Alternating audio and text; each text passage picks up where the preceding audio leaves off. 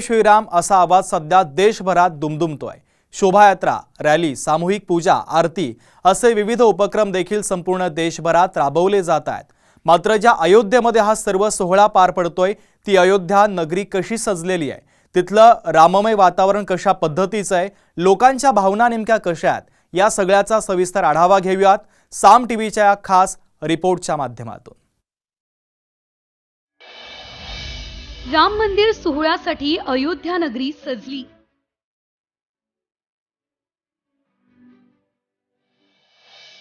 महाराष्ट्रातील रामभक्तांची अयोध्येकडे धाव।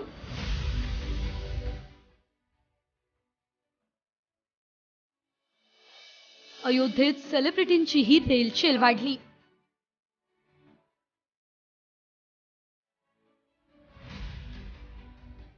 अयोध्येत राम मंदिर सोहळा अवघ्या काही तासांवर येऊन ठेपलाय।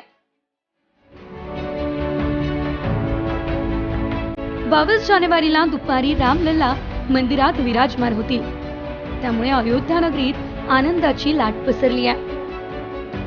यासोबतच अयोध्येत सुरक्षेसाठी तगडा बंदोबस्तही करण्यात आलाय। अयोध्येत होणाऱ्या प्राणप्रतिष्ठापना सोहळ्याचं निमंत्रण खूप विशेष निमंत्रितांना देण्यात आलेलं आहे आणि त्या निमंत्रितांच्या काळजीसाठी मोठ्या प्रमाणात पोलीस बंदोबस्त जो आहे तो अयोध्येमध्ये प्रत्येक चौकामध्ये तैनात करण्यात आलेला आहे। मी ज्या ठिकाणी आता सध्या उभा आहे ते ठिकाण विना चौक आहे। आपण बघू शकतो की या ठिकाणी कशा पद्धतीनं पोलिसांच्या तुकड्या ज्या आहेत त्या तैनात करण्यात आल्या आहेत। उत्तर प्रदेश पोलीस असेल किंवा रॅपिड ॲक्शन फोर्सची देखील या ठिकाणं तैनात करण्यात आल्याचं चित्र जे आहे ते आपल्याला बघायला मिळते। खूप प्रत्येक चौकामध्ये अशाच पद्धतीचा बंदोबस्त जो आहे तो आपल्याला बघायला मिळतो। खरं तर आजपासून कालपासूनच या ठिकाणी अयोध्येमध्ये येणाऱ्या फक्त ज्या गाड्यांचे पासेस आहेत त्याच गाड्यांना एंट्री दिली जाते आहे, इतर गाड्यांना मात्र या ठिकाणी सोडलं जात नाही। यातमध्ये चौकशी करूनच प्रत्येकांना सोडलं जातं आहे, कारण विशेष जवळपास 8000 निमंत्रित जे आहेत ते उद्या अयोध्येमध्ये येणार आहेत आणि त्याच्या अनुषंगाने आपण जर बघितलं तर पोलिसांचा तगडा बंदोबस्त जो आहे तो या ठिकाणी असल्याचं चित्र जे आहे ते आपल्याला बघायला मिळते। 23 जानेवारीपासून सर्वसामान्यांसाठी राम मंदिर खुलं होणार आहे, पण रामललाच्या दर्शनासाठी भाविकांची रीघ वाढताना दिसते। महाराष्ट्रातून देखील रामभक्त अयोध्येत पोहोचलेत। मी आता ज्या ठिकाणी उभा आहे ते ठिकाण हे राम मंदिराचं मुख्य प्रवेशद्वार आहे। याच प्रवेशद्वारावरून आपण जर बघितलं तर सामान्यपणे जे भाविक भक्त असतात त्या भाविक भक्तांना याच ठिकाणाहून प्रवेश दिला जाणार आहे। त्यामुळे हे प्रवेशद्वार जे आहे ते अगदी सहज असल्याचं आपल्याला बघायला मिळते। कुठून आलेला आहात आणि आज खरं तर प्रवेश बंद आहे, उद्या मुख्य सोहळा आहे, काय भावना आहेत तुमच्या? या ठिकाणी त्रिवार जय जयकार रामा, त्रिवार जय जयकार, पुष्पक यानातून उतरले स्वर्ग सौख्य साकार। या ठिकाणी अतिशय रामायणाचा अभ्यास करणारी माणसं सुद्धा या ठिकाणी आहेत आणि त्यामुळं या ठिकाणी अतिशय राममय झालेली अशी ही शरयू तीरावर असणारी अयोध्या जी नगरी, शरयू तीरावरी अयोध्या मनुनिर्मित नगरी ही पाहून या ठिकाणी आम्हाला अतिशय आनंद।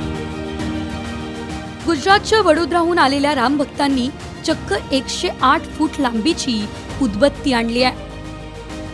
प्रभू श्रीरामांची सेवा करण्यासाठी संपूर्ण देशातून अनेक लोक अयोध्या नगरीत येत आहेत आणि आपण जर बघितलं तर मी सध्या अयोध्या नगरीतच आहे आणि ही 108 फुटी अगरबत्ती ज्यांनी बनवली आहे ते स्वतः वडोदऱ्याचे बडगर समाजाचे काही प्रतिनिधी या ठिकाणी आलेले आहेत। आपण जर बघितलं तर अतिशय भव्य आणि दिव्य अशी मोठीच्या मोठी अगरबत्ती जी आहे ती या ठिकाणी उभारण्यात आलेली आहे। प्रभू श्रीरामांचं दर्शन व्हावं यासाठी गुजरातवरून आलेल्या या बडगर समाजातील लोकांनी ही उदबत्ती बनवलेली आहे आणि पाहण्यासाठी आता अयोध्येतील अनेक रामभक्त जे आहेत ही उदबत्ती पाहण्यासाठी एकच गर्दी करतायत। अयोध्येत आता सेलिब्रिटी सुद्धा दाखल होत आहे। राम मंदिराच्या भव्य दिव्य सोहळ्यासाठी देशातील प्रसिद्ध कलाकार आणि खेळाडूंना निमंत्रित करण्यात आलंय।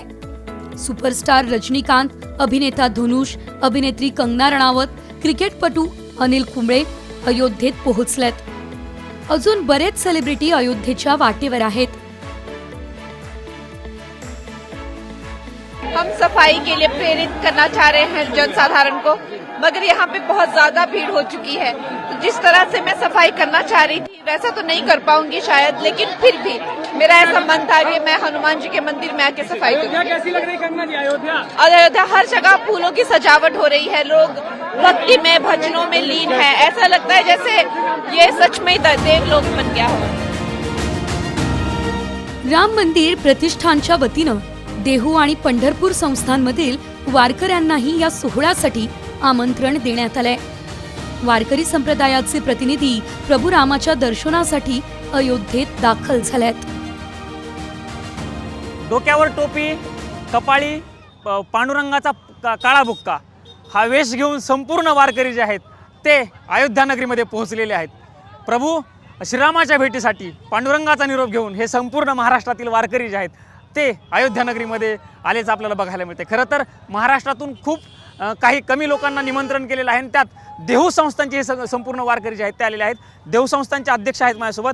रामकृष्ण हरी महाराज, स्वागत आहे साम टीव्ही मध्ये। अयोध्येमध्ये आलेला आहात, काय अनुभव सांगाल तुम्ही? आनंदडो हे आनंद तरंग, आनंदाचे अंगानंद, आनंद आनंदाचा आहे। राम म्हणता रामचे होजे असा हा जगद्गुरु तुकाराम महाराजांनी अभंग म्हटलाय। त्या खरं अशीच अनुभूती आम्हाला इथं अयोध्या नगरीत आल्यानंतर जाणवते। राम मंदिर उद्घाटन सोहळा हा केवळ धार्मिक कार्यक्रम नसून भारतीय इतिहासातील एक महत्त्वाचा अध्याय आहे। या सोहळ्याचे साक्षीदार होण्यासाठी देशभरातून रामभक्त अयोध्येच्या दिशेने जात आहे। म्हणूनच अयोध्या नगरीतला सोहळा ऐतिहासिक ठरणार हे मात्र निश्चित। ब्युरो रिपोर्ट, साम टीव्ही न्यूज।